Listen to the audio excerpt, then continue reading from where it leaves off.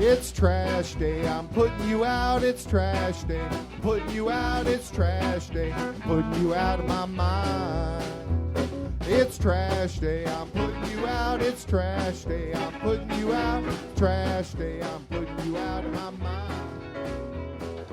Now I'm gonna clean up, Oh, welcome to a special edition of Can Crushers. We're here in Pittsburgh. Mark Martinez by himself. Paul Bowler's playing football today, so he couldn't make the trip. We're getting ready to go to an IWC event, Threat Level Midnight Part 2.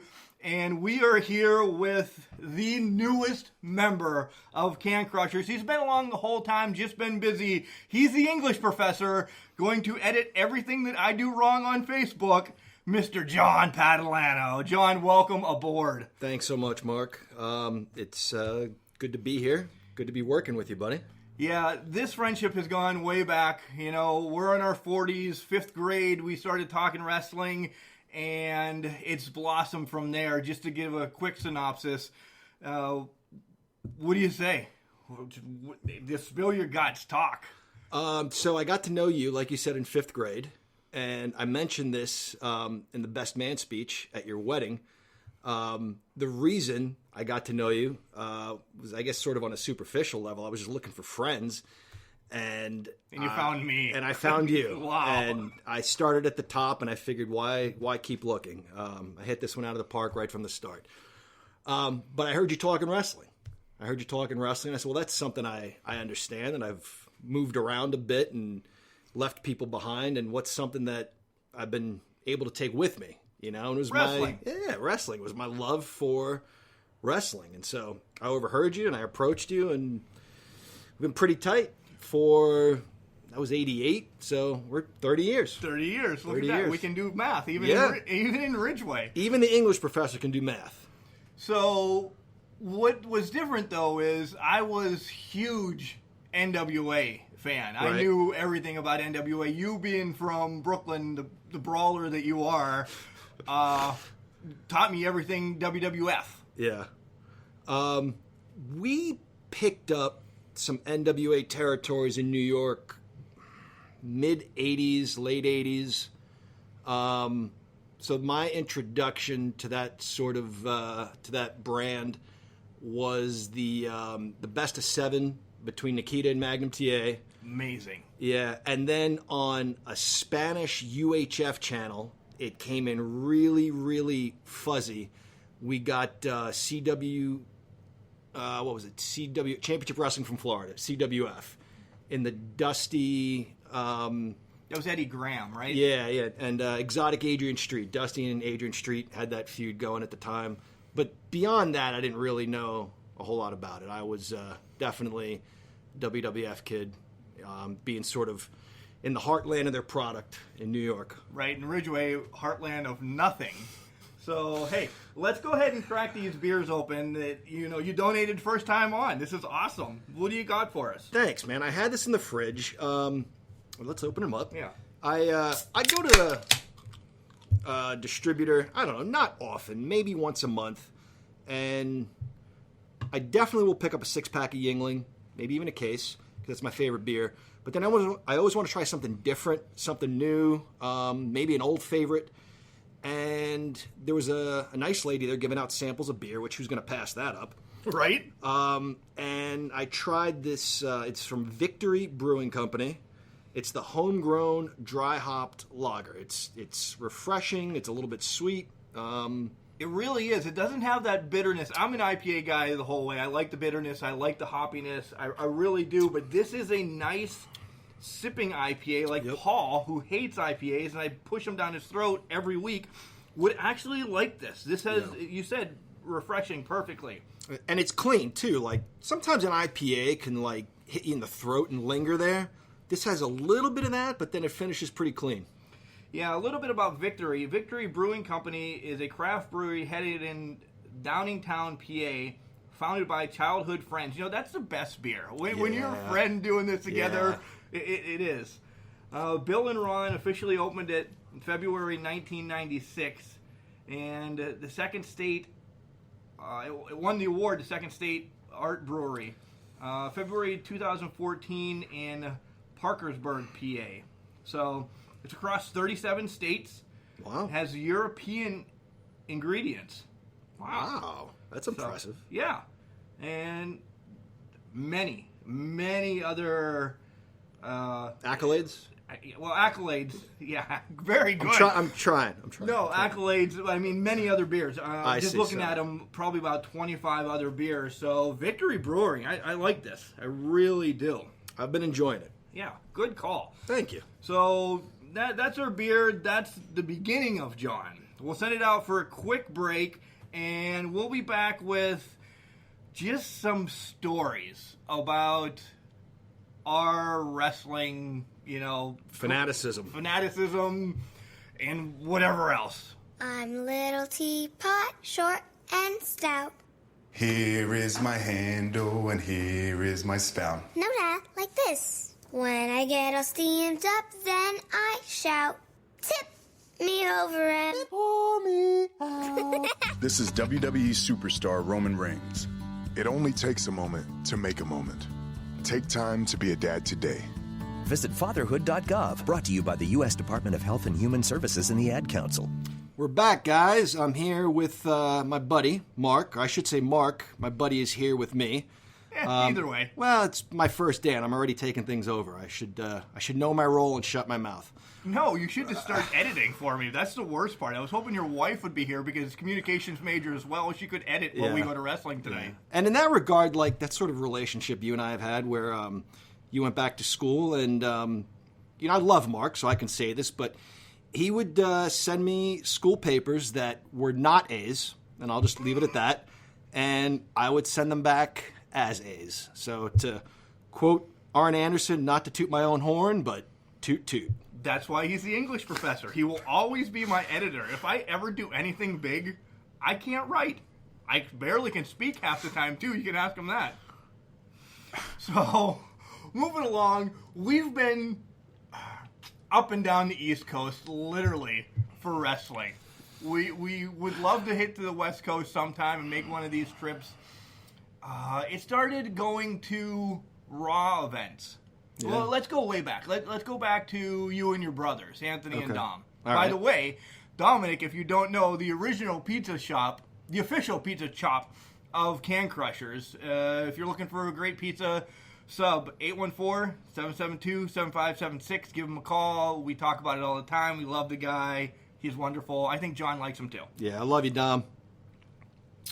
So my introduction to pro wrestling, I was probably no older than 5, maybe even 4, and my brothers were fans. They had only really heard about the NWA really through magazines and such.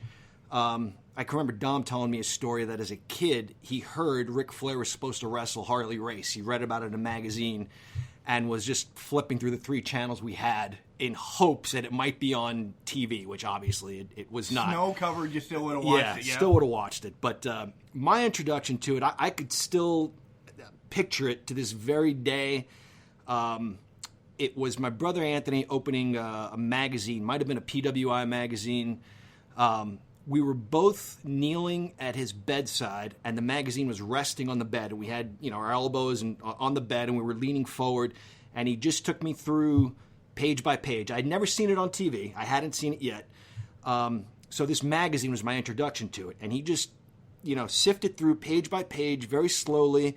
It's corny, but it was a nice moment. It was a nurturing moment. It was a memory I have of my brother that I'll always have. And he pointed to the pictures and said, this is so-and-so, this is that guy, here's what this hold is called, here's what this move is called, he's a good guy, he's a bad guy.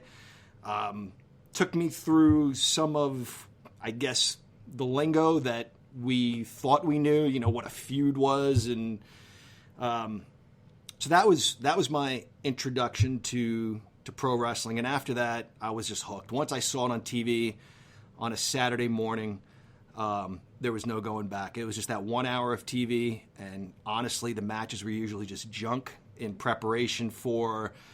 it wasn't a pay-per-view. There were no pay-per-views, so it was just really in preparation for when it came to your neighborhood. It was. It really was. You would have Bob Jones, as I'm doing quotes right now, Bob Jones wrestling, the Ultimate Warrior, or it was back, earlier than that. But I mean, we didn't know what was going to go on, and you always thought Bob Jones had a chance. He had a chance, yeah. If the match was good and the underdog pulled off a move or something, you thought, this guy had a chance. But the big name always won in the end. The vignettes with SD Jones, I thought he was going to be something big for a while. Yeah. I really did. And then, we all found out where SD Jones went.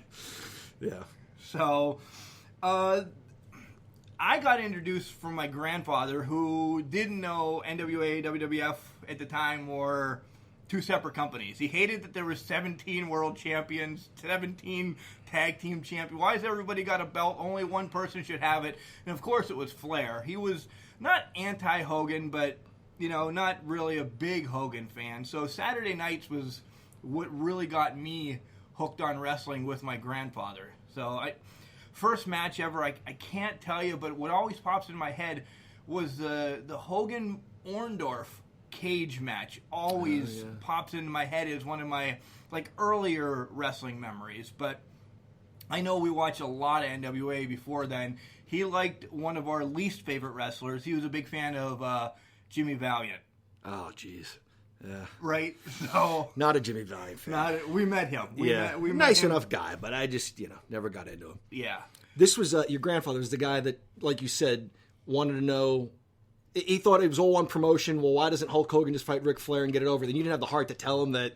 I kind of really, I caught on because at home Saturday mornings before we go over to Grandma's on Sunday, I would watch Hulk Hogan's Rock and Wrestling, and one was called WWF, and one was NWA. I'm like, and my mom, God love her, tried her hardest. There was no internet to tell me. She's like, they're just two different companies. They're just two. She had no. I love you, Mom. She still doesn't know that they're two different companies, but she just told me and I rolled with it.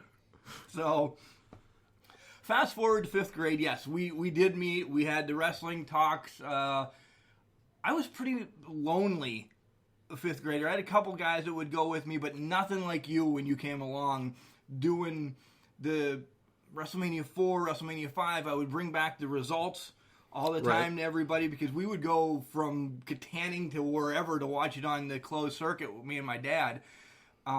Ridgeway had no pay-per-view capabilities until 2017 or something. I'm joking. They still don't, right? They still don't. Thank God for the network. But, yeah, we were going to Bradford for a while. The Brady Bunch house. Yep. The Brady Bunch bathroom. That's right. Yep. So, can I tell a quick Dom story? I told a Tony story. Let me tell a quick Dom story. Again, I was a little kid. There was a WWF show that was either on, it was Friday night at midnight, which would be Saturday morning, or a Saturday night at midnight, which would be Sunday morning. I can't quite remember. I know this one. Yeah, my brother, they both wanted me to stay up and watch it. So we asked my mom. My dad worked nights, so we really had to contend with the one parent. We just had to convince my mom that I could stay up and watch it. And she asked, when is it on? And Dom says, well, it starts at 12 and finishes at 1. And she was like, no, absolutely not. And I threw a fit and I went to bed. And during the course of that night, probably 11:55, they're trying to wake me up. And I won't wake up. So you can't turn on any lights because then my mom's going to get up. And I still, I have this memory in my head. Dom lifted me out of the bed and had me in a fireman's carry over his shoulders. And because it's dark, he's walking down the narrow hallway, and my head hits the wall, and he's just boom, and wakes up the neighborhood. Wakes up the neighborhood, but my mom didn't get up. She was a hard worker, so she was probably sleeping soundly.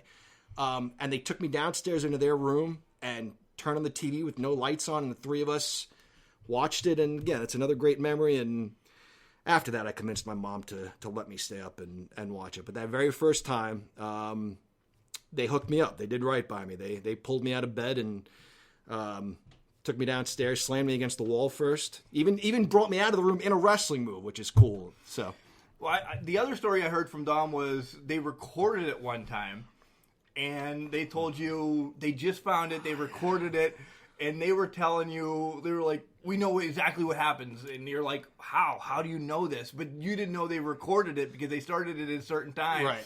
And they were telling you everything that was going to happen, and you lost your mind. Yeah. There was that, and there was a similar instance where it didn't show for whatever reason. It wasn't on one night.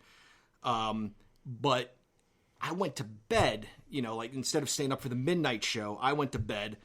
And the next day they were telling me all these amazing results. And again, they were usually junk matches. It was usually, the superstar was getting his finishing move over. And that was pretty much the extent of it. And don't miss it when he comes to your local high school, church, lawn, wherever, right?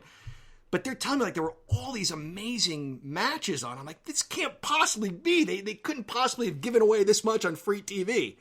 And I didn't believe Dom. He's like, all right, well, go ask Anthony. So I go ask Anthony. He tells me the same story. I'm like, I can't believe this. So now I'm starting to get worked up. And finally, my mom was like, no, all right, stop it. They're lying to you. It wasn't on. And I'm like, what'd you ruin it for? But yeah, they had me going for a while. And then, of course, it was what you mentioned. I didn't realize they'd recorded and watched it already. Because there was a show that repeated. And again, it's been so long, but I don't remember what it was. It was on again, maybe Friday night, and then they reshowed it Saturday morning. It was on Saturday, and they reshowed it later that night or something like that. And I didn't realize they had seen it already and were telling me all the results before they happened. You were young. I'm a little brother. What else are they going to do with me? Right? All right, that's the early ages. When we come back, we'll hit our high school career. Of wrestling. Oh, you know what I mean. Yeah, whatever. Our high school days of wrestling. And this is where it gets out of control. Man, do I love card night. You ready, boys? You got a king? Go, fish dad. Oh, come on. This is WWE superstar Titus O'Neil. It only takes a moment to make a moment. Take time to be a dad today. Learn more at 877-4DAD-411 or visit fatherhood.gov. Brought to you by the U.S. Department of Health and Human Services and the Ad Council.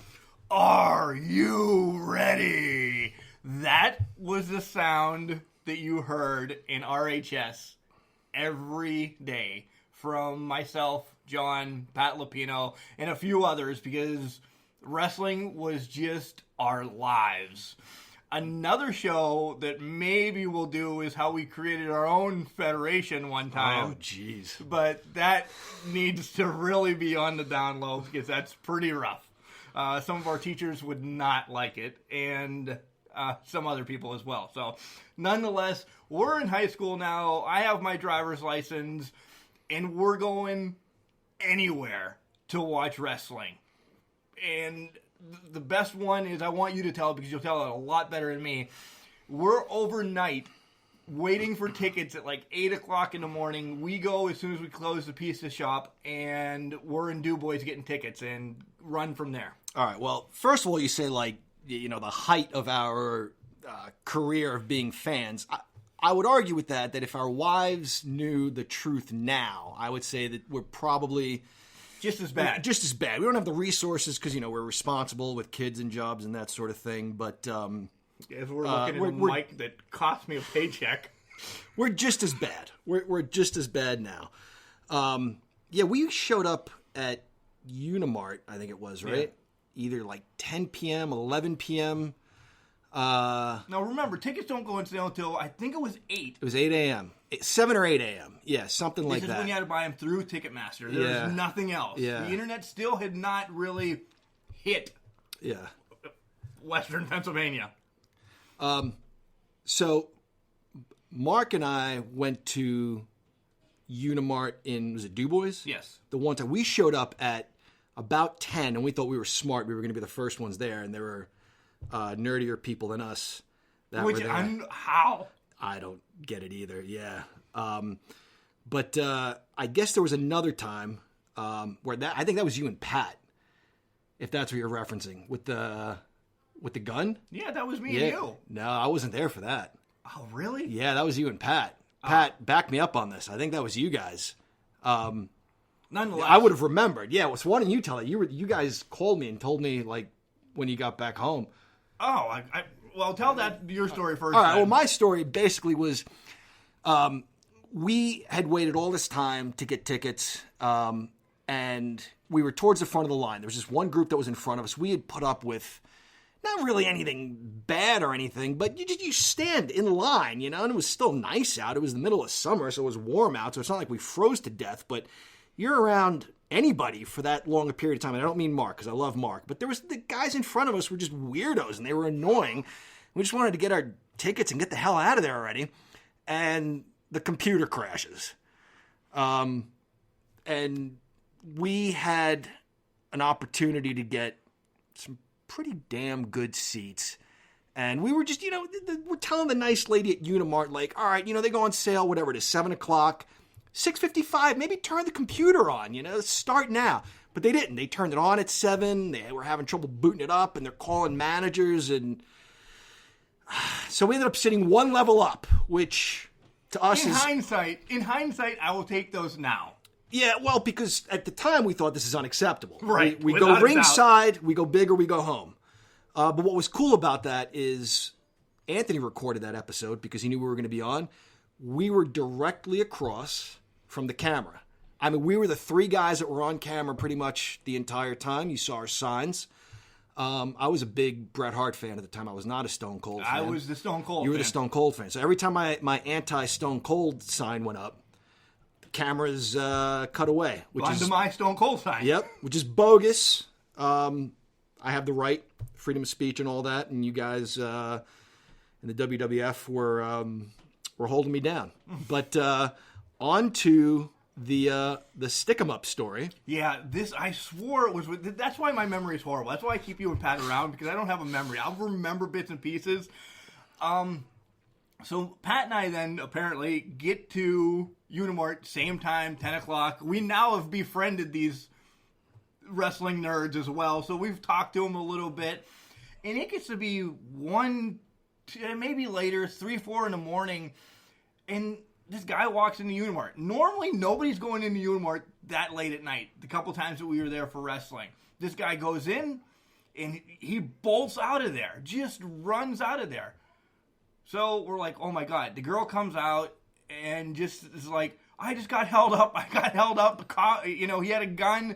So I'm in there consoling her, making sure everything's all right. In hindsight, just making sure that she's going to turn on Ticketmaster still in the morning. What's important here? Yeah, because whatever. She's alive. Unimart's out of money. I don't care. But are you still going to be able to do tickets? Are you still going to be able to do tickets? Jeez. This guy runs around back and actually gets caught like an hour later and is brought back, and we have to identify this guy that robbed Unimart. How many cojones does this guy have? There's roughly about 10, 15 people outside waiting for wrestling tickets, and you rob a Unimart? Unbelievable. And that was that the time, like, when the police came and were questioning, like, what you saw and everything? Yeah. Like, he said, well, why didn't you do anything about it? Like, what were you guys supposed to do against an armed robber? Right. Well, I went in and consoled her to make sure that tickets were going to be on sale. You did more than anybody else, Mark. That's right. You're a good guy. That's all I care about. Yep, you're a good man. So, and you got your tickets? We did get our tickets. I couldn't make that one. I don't know why I couldn't make that one, but yeah, that's why I wasn't there for that. I missed the fun stick-up at Unimart. But I think you went to the event. Maybe I did. Yeah. I don't know. I don't remember. We're old, guys. We're old. We're going to set it out. We're going to come back with another segment about wrestling now. And what we have done in the last 2 to 3 years that might spill the beans on a few things if the wives listen. We are live outside the home of Joe and Rosie Goddard, where a pretty big tickle fight broke out just minutes ago. Sources say their father instigated the laughter. Let's go inside for a comment. Apparently, they have no comment. Dads, let this be a reminder that it only takes a moment to make a moment. Call 877-4DAD-411 or visit fatherhood.gov. Brought to you by the U.S. Department of Health and Human Services and the Ad Council. All right, guys, we're back, and Mark and I are going to talk a little bit about, we're going to sort of finish this journey. It's really not over, though. No, it's by no means over. We're going to, I should say, continue. We're going to continue this journey, pick it up from where we are now. I would say, so, I got into it probably in 82, 83 when I was a little kid with my brothers and everything, and I probably checked out in like 99. Maybe 98. Tail end of the Attitude Era. Yeah. It was dead then. Yeah, and I don't think personally that era was speaking to me. it wasn't for me. So to each his own. I mean, yeah. It was spotty, not like wrestling move spotty, but spotty comic, spotty over the edge. There was some stuff that's good that you've actually caught on recently that said, hey, oh my God, I forgot this. And I'm like, oh yeah, you weren't watching then, and this, that, and the other, but all right. Yeah. Well, and in college, a lot of the guys wanted to watch Monday Night Football, so I was outnumbered, and I got more into football then. But I got back into it, let's see, my son's 8, probably like 3 years ago. Oh, it's been more than that. We've been going to IWC. That's true. Yeah, you're right.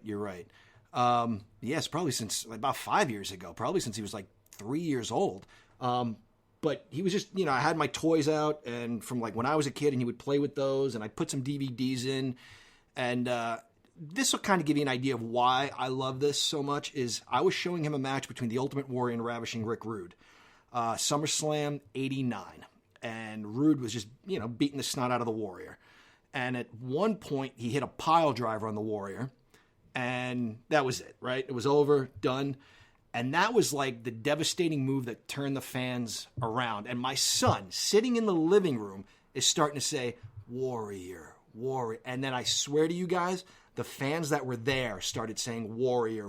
He started it. It's like 30 years in the future, he started this chant. And what my whole point in this is, it's theater, guys. It's Shakespeare meets Roman gladiators. It involves the people. It's emotional. And if you can do something, if you can put on a show, which I don't like that word, but if you can put on a show that involves a live crowd and gets people 30 years later who weren't even alive then involved, I think that's something special. So that's kind of why I love it. And then from there I got back into it because he started to ask me like, well, what's WWE now? So I said, well, let's watch it. And then that's how my son and I got into it. And I hate your kid. I hate him because he's a big Roman Reigns fan. He is. So I hate him. So every time we go to wrestling, Uncle Mark, Roman Reigns, I just want to Superman punch him. But I love him. You know that. And now we're indie fans. Yeah, big time. Big time indie fans. We'll get on that real quick. But traveling, we have traveled far and near to go to conventions, and we're looking at one in November already. Yep. Guys, if you're looking at a great convention to go to, it's in New York, and this is a great story as well. We went to one a couple years ago, and I'll let John fill you in, but it's a great one. It's November 10th. We couldn't go last year because somebody got married and messed it all up, and man, oh man. But we're going to attempt to get the herd up there this year. We'll keep you up to date on that. That'll actually be something I want to talk about down the road. But when we went, John's got the story. Well, yeah, when we went, I had this flyer or something, and it said Elmhurst, New York. Now, I just thought immediately of Elmira, New York, because we went to high school with the girl who went to Elmira College, right. And that's just what was in our head. Even though it said Elmhurst, in my head. But you didn't. It's not like you said, hey, no, John, I don't think that's... I didn't see the flyer. Well, I explained that I thought it was near Buffalo. Right. And so we Elmira is. Elmira is, but this was Elmhurst. So we start journeying and we're thinking, I don't know that we're going the right way. And we have the address. Suddenly we're like going through these tunnels. And I'm like, I really think, well, even before that, we're seeing signs for like, catch the Jets this football season, catch the Giants. I'm like, I don't think... And we're in Elmira. We left at like 11 o'clock at night. Maybe it wasn't that late. So, yeah, for those who don't know, Elmhurst, we found out, is nowhere near Elmira, and it's a section of Queens, or close to it, or something like that. So we were in Queens, New York. I think we got there around 10 o'clock. A little later, because the bar didn't close at 2. It closed at like 11, which is really stupid. The hotel bar. Yeah, because the other bars didn't close until... Yeah, the other bars didn't close until 3. But we saw... I'm going to try to keep this clean. We saw some wrestlers hanging out. I recognized one wrestler right away, even though he'd lost... Gosh, it looked like he lost 50 or 60 pounds. Marty Jannetty from the Rockers. He looked horrible. Yeah, he looked... Yeah. But I was a fan, and I didn't want to approach him, so I asked some other guys at the bar... I said, hey, I'm sorry to interrupt you. And they're like, no, hey, what's up, man? I said, was that Marty Jannetty? And the guy's like, yeah, that was Marty Jannetty. I'm like, okay, cool. I'm sorry. Get back to your drinks. And he goes, what's your name? And I said, oh, I'm John. It's my friend Mark. He goes, John, Mark, how are you? I'm Wayne. I said, Wayne, good to meet you. And I am sitting about as close to Mark then as I am now, which is about 2 feet. If that. And this guy says, Wayne the Train Bloom, which, you may not know is AWA. AWA. And he was, real quick, he was in the WWF as Beverly Brothers. Yeah, one of the Beverly Brothers, yep. So I turn to Mark and I yell, Mark, holy bleep, it's Wayne the Train Bloom. Like Mark didn't just hear the guy introduce himself. I was excited. Sue me. Right, it was great. And then he points to his buddy and he goes, and there's Mean Mike Enos. So again, I yell to Mark, holy bleep, it's Mean Mike Enos. So we spent the night drinking with the Destruction Crew, the Beverly Brothers. Then Wayne was kind of tipsy. We'll just leave it at tipsy. And he's like, guys, you want to go out? I was so thrilled to go get the Sonata. I'm like, yeah, I'll drive whatever bar you want to go to. I'll drive this, that, and the other thing. He was on board. But his agent shut us down. He's like, no. He'd had a lot to drink. These guys could put it away. There were a few wrestlers hanging out there, and these guys could put the booze away. And Wayne the Train even got to a point, I don't even know what set him off. He started to tell me the history of New York City, like he knew.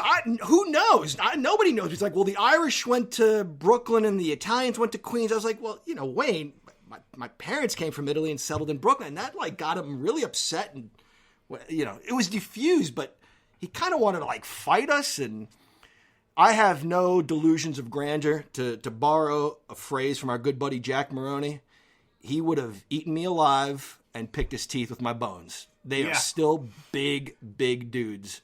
Mike Enos was kind of quiet the whole time, just drinking like it was his job. Boom, boom, just downing them. But calm, cool, collective. Yeah. Hey, ho, hey, guys, nothing. But Wayne, and he thanked us too. We said, we'll take you to a bar nearby if you don't want to drive. And then what happened was their agent, like you say, no, we can't let these guys go out with these total strangers. They're security, They can't just let these guys out of their sight. Mean Mike explained that. He's like, hey, thanks, guys, but I think we're just going to stay in the hotel. Wayne the Train just, he was like a freight train. Really was. Wanted to blow through somebody. That was probably my biggest mark-out moment in a while. Really, because we knew they were going to be there from, the flyer and everything, and we're like, they're going to be there. We had a set agenda that we were wanting to see these people. They were probably last on the agenda. Yeah. Until we get there and had a few beers with them, and then all of a sudden, we're BFFs. Yeah. We thought, holy shit, we're going to be driving around Brooklyn with, the Wrecking Crew. And it didn't. Nah, it didn't happen. It didn't happen. You and I still went out, though, and had some drinks, and we closed the bar. And we did. That was right after my knee issue, and so I'm gimping around, and you're running, and oh, man.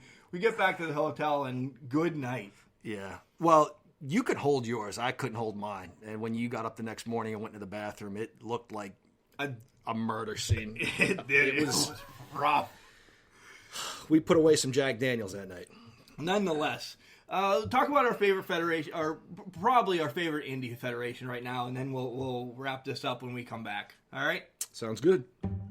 Why was the basketball court all wet?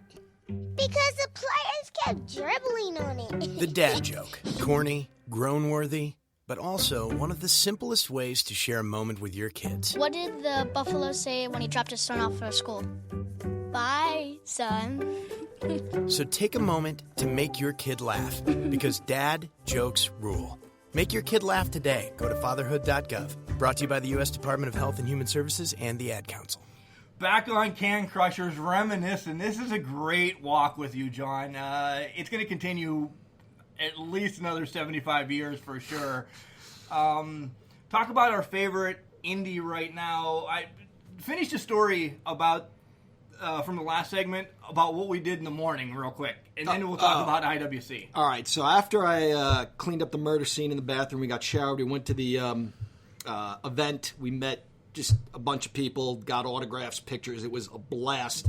We saw Tessa there. We saw Tessa Blanchard again. We've seen her before, and yep. she actually remembered us. So. It's unbelievable. All the people she meets, she remembered us. So she is way cool.